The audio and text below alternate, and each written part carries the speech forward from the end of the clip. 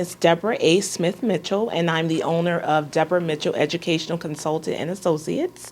And my company, basically, we make sure that people are putting forth their best efforts. We make sure families have resources to support their children, as well as are educated and empowered to advocate appropriately for their children, be that if they're identified with a disability or without a disability. I've been in education a little over 20 years. My business will be officially a year behind me, effective June 1st, so tomorrow will be officially a year. I'm pretty excited about it. Every year you get better and better and better, so we have a brand new thing that by the time you all see this video, you'll see the new launch of that information. The other thing I like to share about my business is we are a nonprofit. So we do accept donations, and we also offer scholarships to those who cannot afford our services. We go based on the need. It's not just based on financial need. It's based on the crisis or the intensity of the case.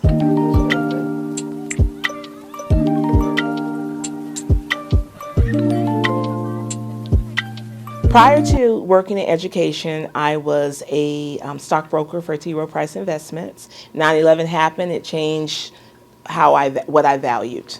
When I was young, my bank account mattered, but as I got older, I wanted to know what could I offer. So I feel that when 9/11 happened, I was called to service in education, and in working with education, I've always been for the underdog. And going into education, I interviewed with a person, Dr. David Steele, who retired from the district. He talked to me about special education. I was hooked at that point. In working in special education, I have been fortunate that I worked at Middleton, Blake, Greco, as well as King High School, my alma mater. And in working at those schools, I saw a huge deficit of those who had and who did not have. I saw a deficit of those who were educated and who were not educated. I was fortunate when I became an administrator in Hillsborough County Public Schools. I was in one of the more prominent areas. I was in South Tampa, and I saw how some families had and were educated and informed, and some were not.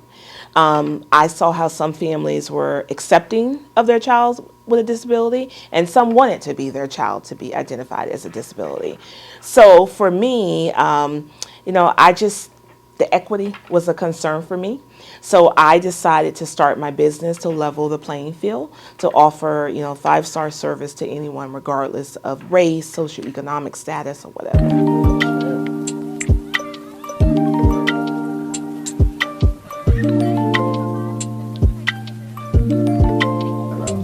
So I was born in Miami, Florida. I've lived in Tampa since Princess Diana married Prince, now King Charles.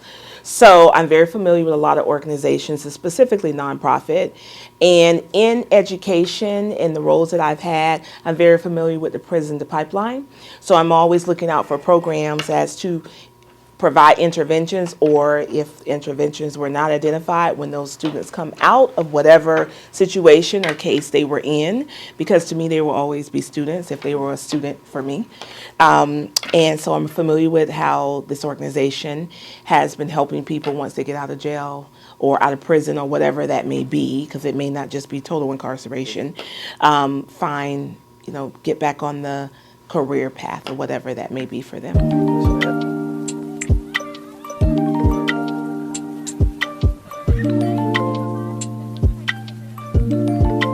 Yes, I think they need to be committed. And when I say committed, when you are in an institutional system, you learn different things. You may go in picking locks, you may come out whatever that may be. So I think they need to be committed to what that may be and be realistic. I'm not saying you can't be a lawyer, but now, you do have to pass the Florida bar and meet the criteria to pass that. So I do think they need to be realistic, and I do think the program is really steered towards helping them being realistic and setting appropriate goals for them. Yes,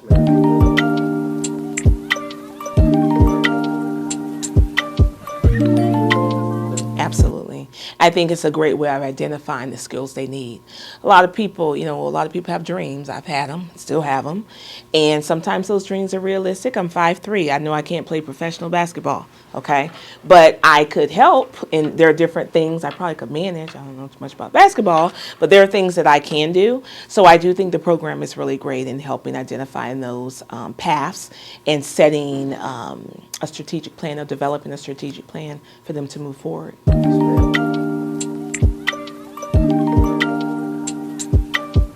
Absolutely. I have had a lot of experience with people getting out of being incarcerated for whatever reason, federal or state. And what's always disheartening is all the plans that they made, when they come out, those resources are not available. Or your hopes and dreams now become nightmares. And that's why you have that revolving door. I really think it's important that we have early interventions. I talked a little bit about the prison to pipeline. That's when you have students, typically minorities, black or brown, whatever that may be, that are, just not getting the resources they need, or not feeling adequate, and they find their own means of validating themselves. So you may get into trouble, you may not get into trouble, you may get caught, you may not get caught. I do think the program is really great in making sure that once you've made that mistake or error, you have your second chance. So I do think it would be great to partner up with programs that, I know you have a mentor program, but if you had, just helping before the prison system is pivotal to me.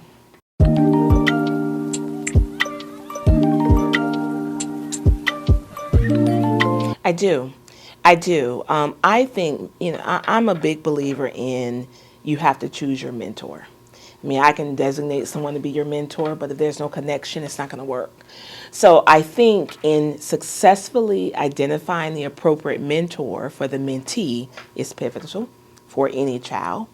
I also think that when you're a mentee, you mentor to your mentor as well.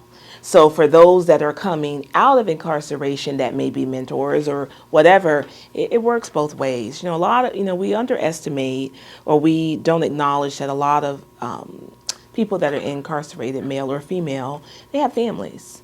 And whatever they did, they have families and they care about their families.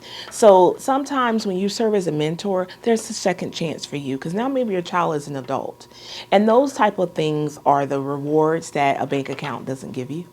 And those are the type of things that when you think of doing something that's just not smart or wise, I don't use words like stupid, but because that assumes to me that you knew what you were doing, but not smart or wise, that make you think.